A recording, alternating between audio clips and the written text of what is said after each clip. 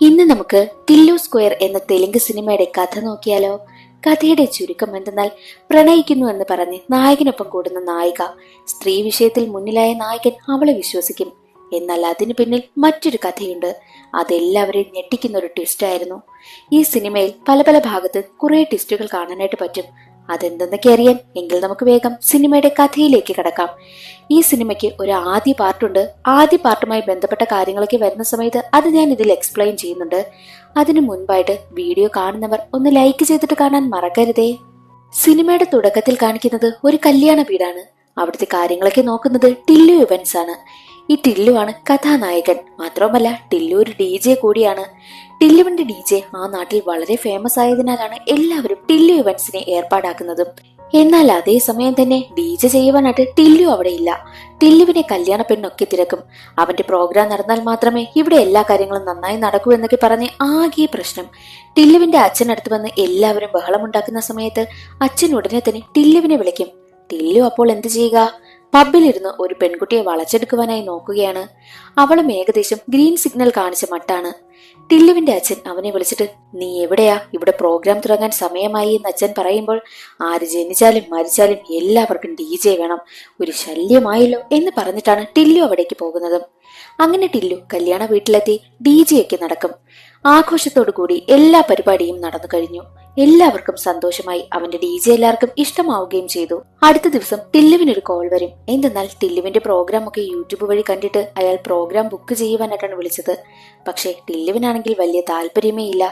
അത് കേൾക്കുന്ന അച്ഛൻ പറയുന്നത്, നിനക്ക് എന്താ പ്രശ്നം? വല്ലപ്പോഴുമാ നമുക്ക് പ്രോഗ്രാം ഒക്കെ കിട്ടുന്നത്, അത് നീ കളഞ്ഞു കുളിക്കണോ എന്ന് ചോദിക്കുമ്പോൾ മനസ്സില്ലാ മനസ്സോടെ ആ പ്രോഗ്രാമിനെ മുൻ ബുക്ക് ചെയ്യുകയും ചെയ്തു. ടില്ലുവിന്റെ വീട്ടുകാർ അവന് വിവാഹം ആലോചിക്കുകയാണ്. അവന്റെ ആന്റി ആണെങ്കിൽ ഒരുപാട് പെൺകുട്ടികളുടെ ഫോട്ടോയൊക്കെ കൊണ്ടുവന്ന് കാണിക്കും. പെൺകുട്ടികളെല്ലാം സൂപ്പർ ആയിട്ടുണ്ട്, പക്ഷേ എനിക്ക് കല്യാണത്തിന് താല്പര്യമില്ല, എനിക്ക് വിവാഹം അങ്ങനെയുള്ള കമ്മിറ്റ്മെന്റ്സിനോടൊന്നും എനിക്ക് വലിയ താല്പര്യമേ ഇല്ല എന്ന് പറയുന്ന സമയത്ത്, എങ്കിലൊരു കാര്യം ചെയ്, നീ നിനക്കിഷ്ടമുള്ള പെൺകുട്ടിയെ കണ്ടുപിടിക്കുവാനായിട്ട് വീട്ടുകാർ പറയും. എന്നാൽ ടില്ല് പറയുന്നത്, ഇന്നത്തെ കാലത്തെ പെൺകുട്ടികളൊന്നും നമ്മൾ കരുതും പോലെയല്ല, ആരെയും നമ്മൾ പ്രതീക്ഷിക്കുന്ന രീതിയിൽ കിട്ടത്തില്ല എന്നായിരുന്നു അവൻ പറഞ്ഞതും. പക്ഷേ അവന്റെ അച്ഛൻ പറയുന്നത്, എടാ, നിന്റെ അമ്മയെ പോലെ ഒരു പെണ്ണിനെ ഉറപ്പായി നിനക്ക് കിട്ടും, നീ അവളെ കണ്ടെത്തണമെന്നും അച്ഛൻ പറയും. അന്നേ ദിവസം വൈകിട്ട് എന്നത്തെയും പോലെ തന്നെ ടില്ലു പബ്ബിലേക്ക് പോകും. അവിടെ വെച്ചൊരു മദാമയെ വളച്ചെടുക്കുവാനായിട്ട് അവൻ ശ്രമിക്കുകയാണ്. ഈ ടില്ലു സ്ത്രീ വിഷയത്തിലേക്ക് കുറച്ച് മുന്നിലാണ്. അതേസമയം തന്നെ ഒരു പെൺകുട്ടി മദ്യപിച്ച് അവശയായി വന്നിട്ട് അവന്റെ കാലിലങ്ങ് ഛർദ്ദിക്കും. അവന്റെ പുതിയ ഷൂ ആകെ കുളമായി. അവളെ വഴക്ക് പറയാനായി ഒരുങ്ങുമ്പോൾ തന്നെ അവളെ കണ്ടതും ടില്ലുവിന്റെ മനസ്സ് മാറി. ആദ്യ കാഴ്ചയിൽ തന്നെ ആ പെൺകുട്ടിയെ അവൻ ഇഷ്ടമായി. അവളുടെ പേരാണ് ലില്ലി. അങ്ങനെ ലില്ലിയോട് പറയും, എന്നാൽ ശരി, എന്റെ ഷൂ നീ കഴുകി തരണം. ലില്ലി ആണെങ്കിൽ കഴുകി കൊടുക്കുവാനായിട്ടും സമ്മതിച്ചു. അവൾ വാഷ്റൂമിലേക്ക് ഷൂവുമായി പോകുന്ന സമയം പിറകെ ടില്ലുവും പോകും. എന്നിട്ട് അവളെ വളയ്ക്കുന്ന മട്ടിലൊക്കെ സംസാരിക്കുകയും ടില്ലുവിന്റെ സംസാരമെല്ലാം ലില്ലിക്കും ഇഷ്ടമാവുകയും ചെയ്തു. അങ്ങനെ രണ്ടാൾക്കുമിടയിൽ നല്ലൊരു ഫ്രണ്ട്ഷിപ്പ് ഉണ്ടാകും. അന്നേ ദിവസം അവർ രണ്ടുപേരും കൂടി ഒരുമിച്ചൊരു റൂം എടുക്കുകയും അവിടെ വെച്ച് അവർ ഫിസിക്കൽ റിലേഷനിലൊക്കെ ഏർപ്പെടുകയും ചെയ്തു. അടുത്ത ദിവസം ഉറക്കമുണർന്ന ടില്ലു കാണുന്നത് ലില്ലി എഴുതി വെച്ചിട്ട് പോയ ഒരു ലെറ്റർ ആയിരുന്നു. എനിക്ക് ഈ റിലേഷൻഷിപ്പ്, കമ്മിറ്റ്മെന്റ്സ് അതിനോടൊന്നും താല്പര്യമില്ല, ഞാൻ പോവുകയാണ് എന്ന് പറഞ്ഞിട്ടാണ് അവൾ അവിടെ നിന്ന് പോയിരുന്നതും. എന്നാൽ ടില്ലുവിന്റെ മനസ്സിൽ അവളെ കുറിച്ചുള്ള ഓർമ്മകൾ തന്നെയാണ്. അവളുടെ ഡീറ്റെയിൽസോ അവളുടെ ഫോൺ നമ്പരോ അവളുടെ അഡ്രസ്സോ ഒന്നും തന്നെ ടില്ലുവിന് അറിയത്തില്ല. അവളെ എവിടെ പോയി കണ്ടുപിടിക്കും എന്നാണ് ടില്ലു ചിന്തിക്കുന്നതും. ടില്ലു വീണ്ടും DJയിലേക്ക് പങ്കെടുക്കുവാനായി ചെല്ലുന്ന സമയത്തൊന്നും അവന്റെ മനസ്സ് ഇവിടെയല്ലായിരുന്നു. ലില്ലിയുടെ ഓർമ്മകളിൽ മുഴുകിയിരുന്നു അവന്റെ മനസ്സ്. ടില്ലു തന്റെ കൂട്ടുകാരോട് ലില്ലിയെ പറ്റി പറയും. എടാ, എനിക്ക് എങ്ങനെയെങ്കിലും അവളെ കണ്ടുപിടിച്ച് തരണമെന്ന് ടില്ലു പറയും. അങ്ങനെ കൂട്ടുകാരെല്ലാവരും ചേർന്ന് സോഷ്യൽ മീഡിയയിൽ അവളെ അന്വേഷിക്കും. ലില്ലിയെ കണ്ടെത്തുവാനായിട്ട് അവർക്ക് പറ്റിയില്ല. കാരണം എന്തെന്നാൽ ഒരുപാട് ലില്ലിമാർ സോഷ്യൽ മീഡിയയിൽ ഉണ്ടല്ലോ, ആരെന്ന് പറഞ്ഞ് കണ്ടുപിടിക്കാനാ? അങ്ങനെ ഇരിക്കെ ടില്ലു അവന്റെ അച്ഛന് സുഖമില്ലാത്തതിനാൽ അച്ഛനെയും കൊണ്ട് ഹോസ്പിറ്റലിലേക്ക് പോകും. അച്ഛന് പൈൽസ് ആയിരുന്നു. ഡോക്ടർ അച്ഛന് മെഡിസിൻ ഒക്കെ കുറിച്ചു കൊടുത്തു. അവിടെ നിന്നും പുറത്തേക്ക് വരുന്ന ടില്ലു ലില്ലിയെ കാണുകയാണ്. ലില്ലിയുടെ കൂടെ അവളുടെ അച്ഛനുമുണ്ട്. എന്താണ് കാര്യമെന്ന് അന്വേഷിക്കുന്ന സമയത്താണ് ലില്ലി പ്രഗ്നന്റ് ആണെന്ന് അറിയുന്നത്. അച്ഛൻ പറയുന്നത്, നീയാണ് എന്റെ മോൾ ഇങ്ങനെ ആകാനായിട്ട് കാരണം, നീയാണ് ഇതിന് ഉത്തരവാദി എന്ന് പറയുമ്പോൾ അത് കേട്ട് ടില്ലുവിന്റെ അച്ഛനും അമ്മയും അവരോട് ദേഷ്യപ്പെടും. എന്റെ മകൻ എന്ത് ചെയ്തിട്ടാണെന്നാ? അവൻ അങ്ങനെയൊന്നും ചെയ്യില്ല, ഞങ്ങൾ അങ്ങനെയല്ല അവനെ വളർത്തിയതെന്ന് ടില്ലുവിന്റെ അമ്മയും പറയും. എന്നാൽ അച്ഛൻ പറയുന്നത് എന്തെന്നാൽ, അവനെ ഞാൻ അങ്ങനെയല്ല വളർത്തിയത്, പക്ഷേ അവൻ തനിയെ എങ്ങനെ വളർന്നെന്ന് പറഞ്ഞ് ടില്ലുവിനൊരു പണി കൊടുക്കും പോലെയാണ് ടില്ലുവിന്റെ അച്ഛൻ സംസാരിക്കുന്നതും. ഒടുവിൽ ആ ഒരു ആർഗ്യുമെന്റ് കൂടി വന്നുകൊണ്ടേയിരുന്നു. ടില്ല് പറയുന്നത് താനല്ല ഇതിന് ഉത്തരവാദി എന്ന് തന്നെയായിരുന്നു. അത് കേൾക്കുന്ന അവന്റെ കൂട്ടുകാർ പറയും, എടാ നീയല്ലേ എല്ലാ കാര്യവും ഞങ്ങളോട് തുറന്നു പറഞ്ഞത്, ഇവളെ കണ്ടുപിടിക്കണമെന്ന് നീ ഞങ്ങളെ കൊണ്ട് അന്വേഷിപ്പിച്ചത്. ഈ പെണ്ണിനെ തിരക്കി നടന്നത് കാരണം എന്റെ ഗേൾഫ്രണ്ടും എന്നെ കളഞ്ഞിട്ട് പോയി. ദേ അവളിപ്പോൾ നിന്നെ തേടി വന്നിരിക്കുന്നു, നീ എന്തിനാ അവളെ വിട്ടുകളയുന്നത്, നിനക്കവളെ ഇഷ്ടമല്ലേ എന്ന് ചോദിക്കുന്ന സമയത്ത് ടില്ലുവും അതേ എന്ന് പറഞ്ഞു. അങ്ങനെ വീട്ടുകാരുടെ ആർഗ്യുമെന്റ്സ് അവസാനിക്കുകയാണ്. അവരെന്ത് തീരുമാനിച്ചെന്നാൽ രണ്ടുപേരുടെയും വിവാഹം നടത്തുവാനായി തീരുമാനിച്ചു. പക്ഷേ ഈ ടില്ലുവിനാണെങ്കിൽ അതിലത്ര താല്പര്യമേ ഇല്ല. ലില്ലി അവനെ വിവാഹം കഴിച്ചേ പറ്റുവെന്ന മട്ടിൽ നിൽക്കുകയാണ്. ലില്ലി അവനെ മാറ്റി നിർത്തി സംസാരിക്കും. നീ എന്നെ കുറച്ചുനാൾ തിരക്കിയെന്ന് ഞാൻ കേട്ടല്ലോ, നിനക്കപ്പോൾ എന്നെ ഇഷ്ടമല്ലാത്തത് കൊണ്ടാണോ നീ എന്നെ തിരക്കിയത്? അത് കേട്ട് ടില്ല് പറയുന്നത്, എനിക്ക് നിന്നെ ഇഷ്ടമായിരുന്നു, അതുകൊണ്ട് തന്നെയാണ് ഞാൻ തിരക്കിയത്. പിന്നെ നിനക്ക് എന്നെ വിവാഹം കഴിക്കാൻ എന്താ പാട്? ഈ കുഞ്ഞാണോ? കുഞ്ഞിനെ ഞാനെങ്കിൽ അബോർട്ട് ചെയ്ത് കളയാം, എന്നിട്ട് നമുക്ക് വിവാഹം കഴിക്കാമെന്ന് അവൾ പറയുമ്പോൾ, വേണ്ട, കുഞ്ഞിനെ നമുക്ക് വളർത്താം, എന്തായാലും ആ കുഞ്ഞ് ജനിക്കട്ടെ എന്ന് ടില്ലുവും പറയുന്നു. അങ്ങനെ രണ്ടാളുടെയും വിവാഹം തീരുമാനിക്കുകയാണ്. പിന്നീടുള്ള ദിവസങ്ങളിലെല്ലാം ടില്ല് ലില്ലിയെ നല്ല കെയർ ചെയ്താണ് നോക്കുന്നത്. പ്രഗ്നന്റ് ആയതിനാൽ അവൾക്ക് വേണ്ട കാര്യങ്ങളെല്ലാം ടില്ല് ചെയ്തു കൊടുക്കുമായിരുന്നു. അവനും ഒരുപാട് സന്തോഷമാണ് അതിലൊക്കെ. മാത്രവുമല്ല കുഞ്ഞു വയറ്റിൽ അനങ്ങുന്നതെല്ലാം ടില്ലു ശ്രദ്ധിക്കും. അവനത് കാണുമ്പോൾ ഒരുപാട് സന്തോഷമാകും. അങ്ങനെ ഇരിക്കെ ലില്ലിക്ക് പ്രസവ വേദന വന്നു. അവൾ ഒരു കുഞ്ഞിന് ജന്മം നൽകുകയും ചെയ്തു. എന്നാൽ ആ കുഞ്ഞ് ജനിച്ച ഉടനെ തന്നെ അവനോട് ഓരോ ചോദ്യങ്ങളൊക്കെ ചോദിക്കും. പക്ഷേ ആ കുഞ്ഞ് ജനിക്കുന്നതെല്ലാം അവന്റെ ഒരു സ്വപ്നമായിരുന്നു. അവരുടെ വിവാഹം ഉറപ്പിച്ചതുവരെ സ്വപ്നമല്ല. പിന്നെ ഈ കുഞ്ഞ് ജനിച്ചതും കുഞ്ഞ് അവനോട് ചോദ്യം ചോദിക്കുന്ന ആ ഒരു രംഗങ്ങളൊക്കെ ഉണ്ടല്ലോ, അതെല്ലാം അവന്റെ സ്വപ്നമായിരുന്നു. അങ്ങനെ സ്വപ്നത്തിൽ നിന്നും അവൻ ഉണരുകയാണ്. അവന്റെ പിറന്നാൾ ദിവസമായിരുന്നു അന്ന്. അതിന് പോകുവാൻ വേണ്ടിയിട്ട് അവൻ നല്ല റെഡിയായി നിൽക്കുകയാണ്. പിറന്നാൾ ആഘോഷിക്കുവാനായിട്ട് ടില്ല് പുറത്തേക്ക് പോകും. അവൻ ലില്ലിക്ക് മെസ്സേജ് അയക്കും, നീ എവിടെയാ? ഞാൻ ദേ ഇവിടെയുണ്ട്, നീ വരുന്നില്ലേ എന്ന് ചോദിക്കുന്ന സമയത്ത്, ഇല്ലടാ ഞാൻ വരുന്നില്ല, എനിക്ക് മൂഡ് ഓഫ് ആണെന്നും അവൾ പറയും. അതെന്താ പ്രശ്നം? നിന്റെ മൂഡ് ഓൺ ആക്കാനല്ലേ ഞാനുള്ളത് എന്ന് പറഞ്ഞിട്ട് നിന്റെ അഡ്രസ് അയച്ചതാ, ഞാൻ അവിടേക്ക് വരാമെന്നും അവൻ പറഞ്ഞു. ഉടനെ തന്നെ ലില്ലി തന്റെ അപ്പാർട്ട്മെന്റിന്റെ ഡീറ്റെയിൽസും അവൻ അയച്ചു കൊടുക്കും. അവൻ നേരെ ആ അപ്പാർട്ട്മെന്റിലേക്കും എത്തും. അപ്പാർട്ട്മെന്റ് കണ്ടതും അവൻ ഞെട്ടിപ്പോയി. എന്തെന്നാൽ ഫസ്റ്റ് പാർട്ടിൽ അവൻ വന്ന അതേ അപ്പാർട്ട്മെന്റ് തന്നെയായിരുന്നു. ഫസ്റ്റ് പാർട്ടിൽ എന്താണ് സംഭവിച്ചതെന്നാൽ ഈ ടില്ലു രാധിക എന്നൊരു പെണ്ണുമായിട്ട് പ്രണയത്തിലായി. ഇതുപോലെ പബ്ബിൽ പോയി പരിചയപ്പെട്ട പെൺകുട്ടിയായിരുന്നു. അവളുമായിട്ട് പ്രണയത്തിലായ സമയത്ത് അവളുടെ അപ്പാർട്ട്മെന്റിലേക്ക് ഒരിക്കൽ ടില്ലു വന്നിരുന്നു.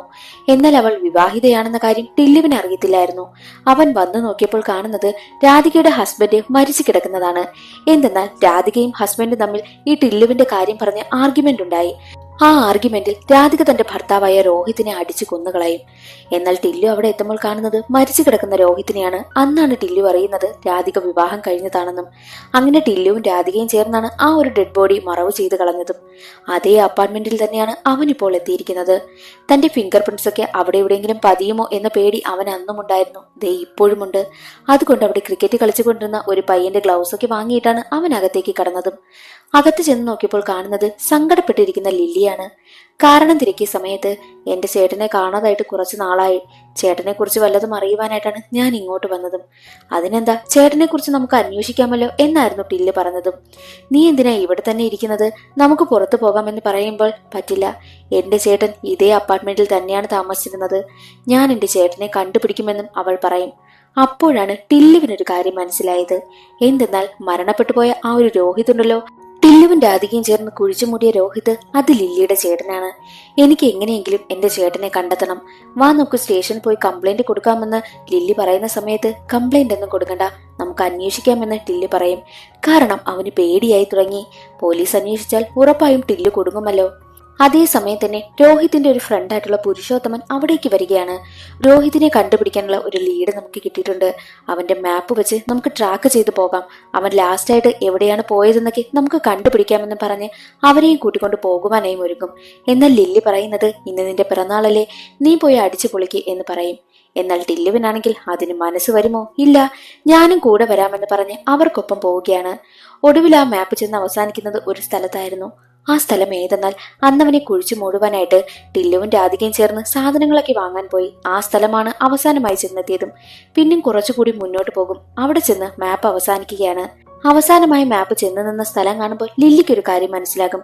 ഇവിടെയല്ലേ അവസാനിച്ചിരിക്കുന്നത്, മിക്കവാറും എന്റെ ചേട്ടനെ ഇവിടെ കൊന്ന് കുഴിച്ചു മൂടി കാണും, നമുക്കിവിടെ ഒന്ന് കുഴിച്ചു നോക്കാമെന്ന് അവൾ പറയും.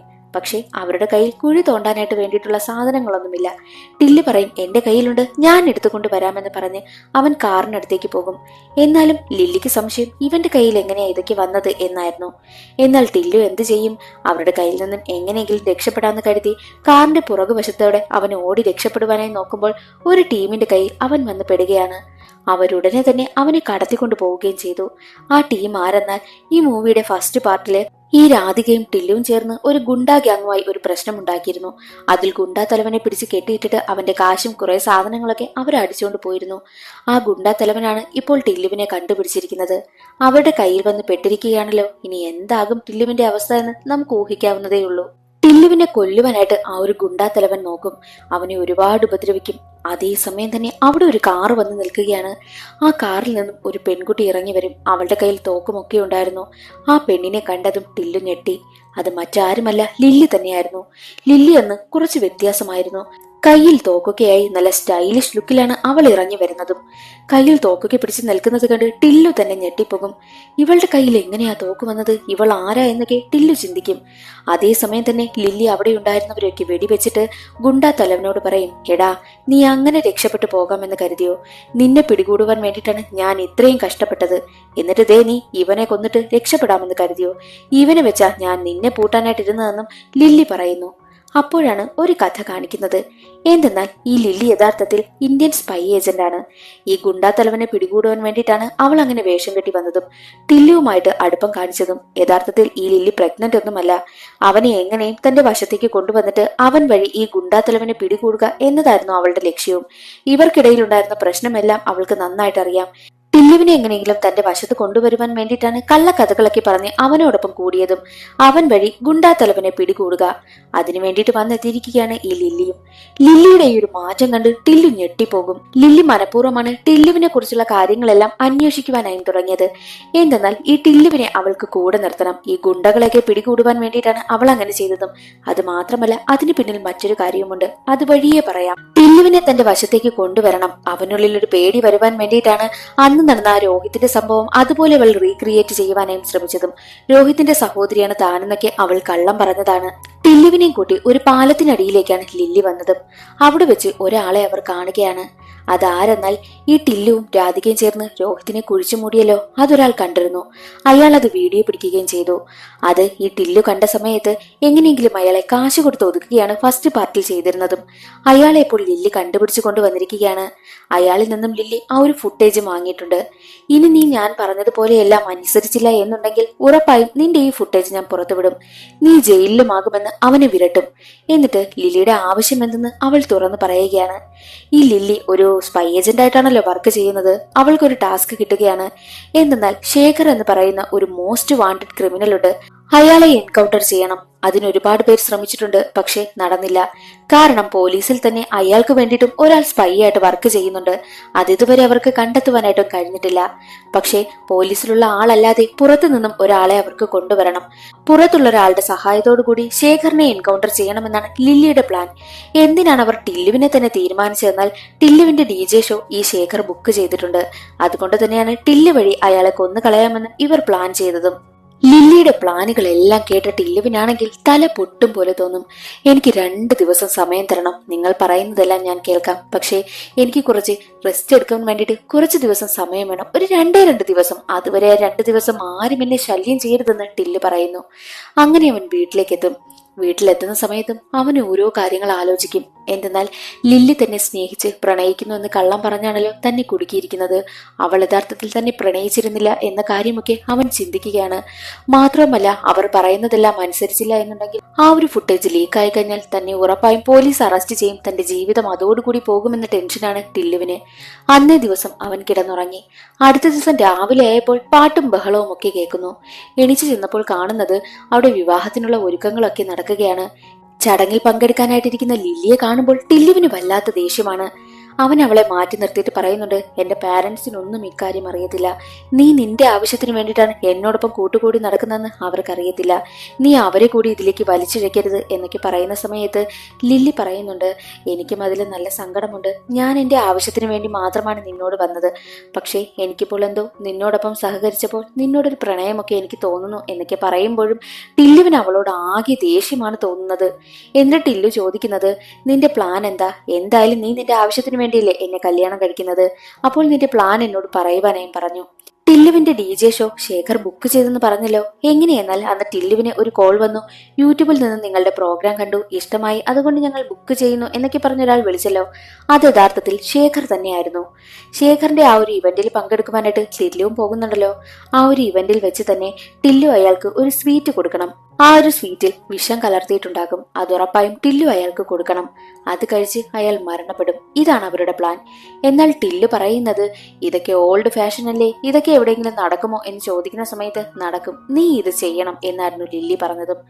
അങ്ങനെ ടില്ലു അതിന് സമ്മതിക്കുകയും ചെയ്തു. ശേഖറിന്റെ ആളുകൾ ടില്ലുവിനെ വിളിച്ചിട്ട് ഇവന്റ് നടക്കാൻ പോകുന്ന കാര്യം ഓർമ്മിപ്പിക്കും. പക്ഷേ ഒന്നും അറിയാത്ത മട്ടിലാണ് ടില്ലു അവരോട് സംസാരിക്കുന്നതും. എന്നാൽ മറ്റൊരു വശത്ത് ഈ ടില്ലുവിനെ ഒരു ഗുണ്ടയാണെങ്കിൽ ഫോളോ ചെയ്തിരുന്നല്ലോ. എന്തെന്നാൽ ടില്ലുവും രാധികയും ചേർന്ന് അവന്റെ കാശടിച്ചു മാറ്റിയിരുന്നു. അത് ദുബായിലേക്കുള്ള ആരുടെയോ കാശായിരുന്നു. അത് കാശ് തിരികെ വേണമെന്ന് പറഞ്ഞാണ് ആ ഒരു ഗുണ്ടാ നേതാവ് അവനെ ഫോളോ ചെയ്യുന്നതും. എന്നാൽ ഇപ്പോൾ ശേഖറിനെ ആ ഒരു ഗുണ്ടാ നേതാവും ടില്ലുവും തമ്മിൽ എന്തോ കണക്ഷൻ ഉണ്ട്. അവനെ നമ്മളൊന്ന് സൂക്ഷിക്കണം. അവനെ ഒന്ന് ഫോളോ ചെയ്യുവാനായിട്ടായിരുന്നു ശേഖർ പറയുകയാണ്. ഇവർ തമ്മിലുള്ള ആ ഒരു പണമിടപാടിന്റെ കാര്യമൊക്കെ ശേഖറിന് മനസ്സിലായിട്ടുണ്ട്. ലില്ലി പറയുന്നതിനെല്ലാം ഓക്കെ ഓക്കെ എന്ന് ടില്ലു സമ്മതിക്കുകയും ചെയ്തു. എന്നാൽ ടില്ലു ആണെങ്കിൽ അവന്റെ വീട്ടുകാരെയും കൂട്ടി അവിടെ നിന്ന് നാട് വിട്ടു പോകുവാനായി തീരുമാനിക്കുകയാണ്. വീട്ടിലുള്ള എല്ലാവരെയും കൂട്ടി കാറിൽ പോകുന്ന സമയത്ത്, നീ ഈ കല്യാണമെല്ലാം തീരുമാനിച്ചിട്ട് ഞങ്ങളെയും കൊണ്ട് എങ്ങാട്ടാ പോകുന്നത് എന്നൊക്കെ അച്ഛൻ ചോദിക്കുമ്പോൾ ടില്ലു പറയുന്നത്, അച്ഛാ, നിങ്ങൾ ആരും കരുതുന്ന പോലെ ഒരു സാധാരണ പെണ്ണല്ല ആ ലില്ലി. അതെ, സാധാരണ പെണ്ണല്ല, അവൾ പ്രഗ്നന്റ് അല്ലേ. അത് കേട്ട ടില്ലു പറയും, ഓ അതല്ല ഞാൻ ഉദ്ദേശിച്ചത്. അവൾ പ്രഗ്നന്റ് ഒന്നുമല്ല, അതവൾ അഭിനയിക്കുന്നതാ. അവൾ യഥാർത്ഥത്തിൽ ഒരു പോലീസ് ഓഫീസറാണ്. സാധാരണ ഒരു പോലീസ് ഓഫീസർ അല്ല. പോലീസുകാർക്ക് എന്തെങ്കിലും പ്രശ്നം വന്നാൽ അതിനെ പരിഹരിക്കാനായി എത്തുന്ന ഉയർന്നൊരു പോലീസുകാരി എന്നുള്ള കാര്യമൊക്കെ പറയും. അതേസമയം തന്നെ ടില്ലു പോകുന്ന കാറിനെ മറ്റൊരു കാർ വന്നിടിക്കുകയാണ്. അത് മറ്റാരുമല്ല, ലില്ലിയും കൂട്ടരുമായിരുന്നു. നീ എവിടെ പോകുന്നു? രക്ഷപ്പെട്ടു പോകാമെന്ന് കരുതിയോ? ഞാൻ നിന്നെ വിടില്ല എന്നായിരുന്നു ലില്ലി അതിലിരുന്ന് പറഞ്ഞതും. അപ്പോൾ ടില്ലു പറയുന്നത്, ഞാൻ പറഞ്ഞിട്ട് നിങ്ങളൊന്നും വിശ്വസിച്ചില്ലല്ലോ, ദേ ഇരിക്കുന്നു നിങ്ങളുടെ മരുമോൾ, നോക്ക് എന്ന് ടില്ലു പറയും. അച്ഛനും അമ്മയും ഒക്കെ നോക്കിയ സമയത്ത് കണ്ടത് കാറിലിരുന്ന് തോക്കും ചൂണ്ടിയിരിക്കുന്ന ലില്ലിയാണ്. അവരും അത് കണ്ട് ഞെട്ടിപ്പോകും. അങ്ങനെ ഒരു ഘട്ടത്തിൽ 2 കാറും അവിടെ നിർത്തി. ടില്ലു പുറത്തേക്ക് ഇറങ്ങി വരും. അവനാകെ ദേഷ്യമായിരുന്നു. ഞാൻ പറയുന്നത് അനുസരിക്കാതെ നിനക്ക് വേറൊരു വഴിയുമില്ല എന്ന് പറഞ്ഞ് അവിടേക്ക് മറ്റൊരു പെൺകുട്ടിയെ കൂട്ടിക്കൊണ്ടുവരുന്നു. അത് മറ്റാരുമല്ല, ഫസ്റ്റ് പാർട്ടിലുള്ള രാധിക തന്നെയാണ്. നീ ഇതിന് അംഗീകരിച്ചില്ല, ഞാൻ പറയുന്നതൊന്നും കേട്ടില്ല എന്നുണ്ടെങ്കിൽ ഉറപ്പായും നിന്റെ രാധികയെ കൂടി ഞാൻ ഇതിൽ പെടുത്തുമെന്നും പറയും. അത് കേട്ട് ടില്ലുവിന് ആകെ ദേഷ്യം. എന്ത് ചെയ്യണമെന്നറിയാതെ നിൽക്കുകയാണ് ടില്ലു. രാധികയാണെങ്കിൽ കുറച്ചു നേരം അവനോട് സംസാരിക്കുവാനായും തീരുമാനിച്ചു. എങ്ങനെയെങ്കിലും ടില്ലുവിനെ പറഞ്ഞതിന് സമ്മതിപ്പിക്കണമല്ലോ. രാധിക കൊഞ്ചി കൊഞ്ചി സംസാരിക്കാൻ വരുമ്പോൾ ടില്ലു പറയും, യോ എന്നോട് നീ കൊഞ്ചി കൊഞ്ചി സംസാരിക്കല്ലേ, നിന്റെ ഈ സംസാരത്തിലാണ് ഞാൻ വീണുപോയി എനിക്ക് ഇത്രയും പ്രശ്നമുണ്ടായത്. അപ്പോൾ രാധിക പറയുന്നത്, എന്റെ എൻഗേജ്മെന്റ് ഉറപ്പിച്ചു വെച്ചിരിക്കുക, നല്ല വലിയ കുടുംബത്തിൽ നിന്നാണ് ആലോചന വന്നിരിക്കുന്നത്, നീ കാരണം അത് തടസ്സപ്പെടരുതെന്ന് അവൾ കരഞ്ഞുകൊണ്ട് പറയും. അത് കേട്ട് ടില്ലു പറയുന്നത്, ഓക്കെ ശരി, ഞാൻ കാരണം നിനക്ക് ഒരു പ്രശ്നവും ഉണ്ടാകില്ല. അങ്ങനെ പറഞ്ഞ ദിവസം എത്തി. ടില്ലുവായി ഇവന്റിൽ പങ്കെടുക്കുവാനായിട്ട് പോവുകയാണ്. എല്ലാ DJ പരിപാടിയും ഒക്കെ കഴിഞ്ഞ് നേരെ ശേഖറിനടുത്തേക്ക് സ്വീറ്റുമായി വരും. ടില്ലു കൊടുക്കുന്നതിന് മുൻപ് തന്നെ ശേഖർ ആ സ്വീറ്റ് എടുക്കും. എന്നിട്ട് പറയുന്നത് എന്തെന്നാൽ, എന്നെ കൊല്ലുവാനായിട്ട് ഒരുപാട് പേർ ശ്രമിക്കുന്നുണ്ട്. എപ്പോൾ വേണമെങ്കിലും മരണം എന്റെ അടുത്തേക്ക് വരും. മാത്രമല്ല എന്നെ കൊല്ലുവാനായിട്ട് ഒരു DJ ടില്ലുവും ശ്രമിക്കുന്നുണ്ട് എന്ന് തന്നെ എടുത്തു പറയും. അത് കേട്ട് ടില്ലുവും ഞെട്ടിപ്പോവുകയാണ്. ടില്ലു അയാളെ കൊല്ലുവാനായിട്ട് ശ്രമിക്കുന്ന കാര്യം എങ്ങനെ അയാൾ അറിഞ്ഞു എന്നാണ് അവൻ ചിന്തിക്കുന്നതും. എങ്ങനെയാണ് ശേഖർ ഇത് അറിഞ്ഞതെന്നാൽ, ഫസ്റ്റ് പാർട്ടിൽ ടില്ലു ഒരു ഗുണ്ടയുമായി എന്നും പ്രശ്നമായിരുന്നു. ഈ ഗുണ്ടയ്ക്കാണെങ്കിൽ ടില്ലുവിനോട് നല്ല ദേഷ്യവും ഉണ്ടായിരുന്നു. ടില്ലു ചെയ്യാൻ പോകുന്ന ഈ കാര്യം മുൻപേ മനസ്സിലാക്കിയ അയാളാണെങ്കിൽ ശേഖറിന് ഒറ്റുകൊടുക്കുകയാണ് ചെയ്തതും. അങ്ങനെയാണ് ശേഖർ ഇപ്പോൾ എല്ലാ കാര്യവും മനസ്സിലാക്കിയിരിക്കുന്നത്. ശേഖർ ഉടനെ തന്നെ ടില്ലുവിനെ അവിടെ നിന്ന് കൊണ്ടുപോയി അവനെ ഒരുപാട് അടിക്കുകയും ഉപദ്രവിക്കുകയും ഒക്കെ ചെയ്തു. എന്നിട്ട് അവസാനം അവന്റെ നെറ്റിയിൽ തോക്ക് ചൂണ്ടി നിൽക്കുകയാണ്. അവന് വെടിവെച്ച് കൊന്നുകളയുകയും ചെയ്യുന്നു. ആ കാര്യം ലില്ലിയും അറിയുകയാണ്. ലില്ലിയെ ഉടനെ തന്നെ ഉയർന്ന ഉദ്യോഗസ്ഥർ വിളിപ്പിക്കും. നിനക്ക് രഹസ്യമായിട്ട് ഒരു ടാസ്ക് ഏൽപ്പിച്ചു കഴിഞ്ഞാൽ നിനക്കത് നന്നായിട്ട് ചെയ്യാൻ അറിയില്ല അല്ലേ, പിന്നെ എന്തിനാ നീ ഈ പണിക്ക് പോകുന്നത് എന്നൊക്കെ പറഞ്ഞ് അവളെ ഒരുപാട് വഴക്ക് പറയും. ഇത്തവണ എന്റെ പ്ലാൻ തെറ്റിപ്പോയി സാർ, ഞാൻ അടുത്ത തവണ ഉറപ്പായും ശരിയാക്കാമെന്ന് പറയും. അതേസമയമായിരുന്നു ശേഖറും കൂട്ടരും ഒരു പാലം വഴി കടന്നു പോകുന്ന ന്യൂസ് ലില്ലി അറിയുന്നതും. ഇന്ന് തന്നെ ഞങ്ങൾ അയാളെ പിടികൂടുമെന്ന് പറഞ്ഞ് ലില്ലിയും ഗ്യാങ്ങും അവിടേക്ക് പോകും. എന്നിട്ട് ആ പാലത്തിനടുത്തായിട്ട് അവർ മറഞ്ഞിരിക്കുകയാണ്. എങ്ങനെയെങ്കിലും കിട്ടിക്കഴിഞ്ഞാൽ ശേഖറിനെ കൊല്ലണമെന്നാണ് ലില്ലിയുടെ പ്ലാൻ. അവൾ തോക്കുമായി കാറിന് മുന്നിലേക്ക് ഇറങ്ങും. ഒരു വെള്ള കാറാണ് വരുന്നത്. കാർ തുറന്ന് ഒരാൾ പുറത്തിറങ്ങി വരും. അത് കണ്ട് ലില്ലി ഞെട്ടിപ്പോകും. ആൾ മറ്റാരുമല്ല, ടില്ലുവായിരുന്നു. പുതിയൊരു ഹെയർ സ്റ്റൈലിൽ, പുതിയൊരു ലുക്കിൽ ടില്ലു ഇറങ്ങി വരും. ടില്ലുവിനെ കണ്ട ലില്ലി ചോദിക്കുന്നത്, നീ മരിച്ചില്ലേ, നീ മരിച്ചെന്നാണല്ലോ ഞാൻ കരുതിയിരുന്നത് എന്ന് പറയുമ്പോൾ ടില്ലു പറയും, ഞാൻ മരിച്ചില്ല. അതിനിടയിൽ കുറച്ച് കാര്യങ്ങൾ സംഭവിച്ചു എന്ന് പറഞ്ഞ് ടില്ലു ഒരു കഥ പറയും. എങ്ങനെയെന്നാൽ യഥാർത്ഥത്തിൽ അവനെ കൊല്ലുവാനായിട്ട് തോക്കു ചൂണ്ടി നിർത്തിയിരുന്നല്ലോ. അതേ സമയം തന്നെ ശേഖർ നന്നായിട്ട് വിറയ്ക്കുന്നുണ്ടായിരുന്നു.